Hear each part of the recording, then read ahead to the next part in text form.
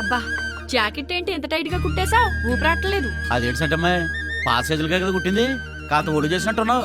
ఉండు సరి చేస్తాను.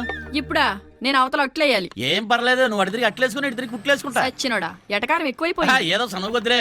చట్టమ్మా ఇంకో 2 అట్లు పంపు. పచ్చడి మటుకు అదిరిపోయిందా. ఇదిగో.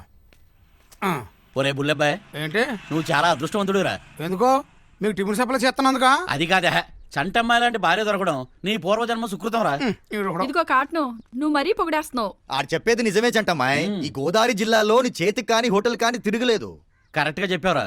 అవునోరా, ఎంతకే బోసుగడేడి? ఆడు పొద్దున్నే కెమెరా పట్టుకుని బయలుదేరాడు మ్. ప్రకృతిని ఫోటోలు తీయాలని.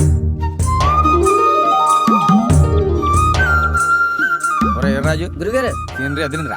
ఒకసారి స్టాండ్ అయ్యా, ఫోటో తీస్తా.